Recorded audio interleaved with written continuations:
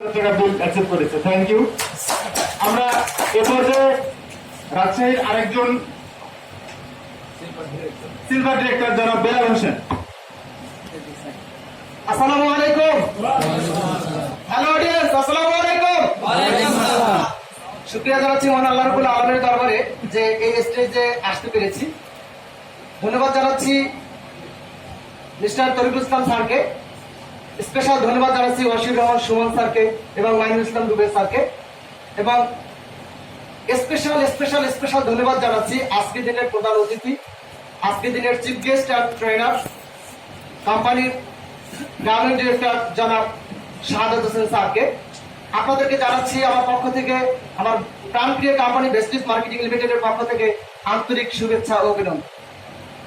বন্ধুগণ, গত মাসে এখানে এরকম একটি প্রোগ্রাম হয়েছিল 25 তারিখে, তখন আমি ব্রোঞ্জ ডিরেক্টর হিসেবে কথা বলেছিলাম।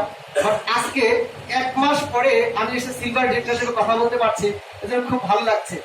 আমার এই ভালো লাগা, এই অর্জন, এর পিছনে যারা সবচেয়ে গুরুত্বপূর্ণ ভূমিকা পালন করেছে আমার বন্ধু মাহমুদ হাসান ফিরোজ ভাই সহ তার টোটাল টিম, এবং আমার আরো কাছের বন্ধু জাহাঙ্গীর আলম শিশির সহ তার টোটাল টিম, এবং আমার নড়াইলে একটা টিম রয়েছে জনাব আইব আলী স্যারের টোটাল টিম, এবং আরো আমার টিমে যারা রয়েছে আদার্স লিঙ্কে, সবাই পরিশ্রমের বিনিময় আজকে আমি স্টেজে। তো আমার এই অর্জন আমি তাদের জন্য উৎসর্গ করলাম। প্রিয় উপস্থিতি, এখানে অনেকেই রয়েছেন যারা পর্যায়ক্রমে এই স্টেজে আসবেন, যারা ডিসিশন মেক করতে পারবে। আমি শুধু একটি ডিসিশন নিয়েছিলাম যে আমার দাদা যেই পথে হেঁটেছে, একটা সময় চাকরি করে রিটায়ারমেন্টে চলে গেছে, সে তার ছেলেদের উপর ডিপেন্ডেন্ট হয়ে গেছে।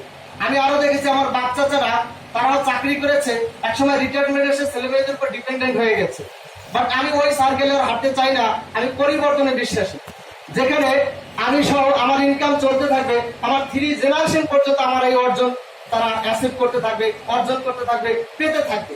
আমি সেই পরিবর্তনে বিশ্বাসী। বন্ধুগণ, জ্যাক মা একটা কথা বলেছিলেন যে বানরের সামনে যদি 1 বান্ডিল টাকা রাখা হয় আর কলা রাখা হয়, বানর কিন্তু কলা কি চুজ করবে, কারণ সে জানে না যে টাকা দিয়ে অনেক কলা কিনতে পাওয়া যায়। তো আমাদের যুব সমাজ আজ চাকরির পিছনে ছুটছে।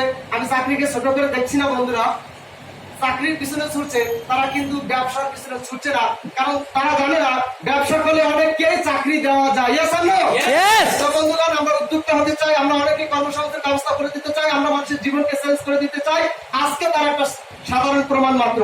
আমরা সবাইকে নিয়ে বাংলাদেশকে উজ্জ্বল করব, দেশকে করব, অনেকের কর্মসংস্থানের ব্যবস্থা করে দেব, এবং আপনাদেরকে সাথে নিয়ে সফলতার আরো স্বর্ণশিখরে পৌঁছবো, এই প্রত্যাশায় আজকে আমি আমার কথা বলা শেষ করছি। সবাই ভালো থাকবেন, সুস্থ থাকবেন। আসসালামু আলাইকুম ওয়া রাহমাতুল্লাহ।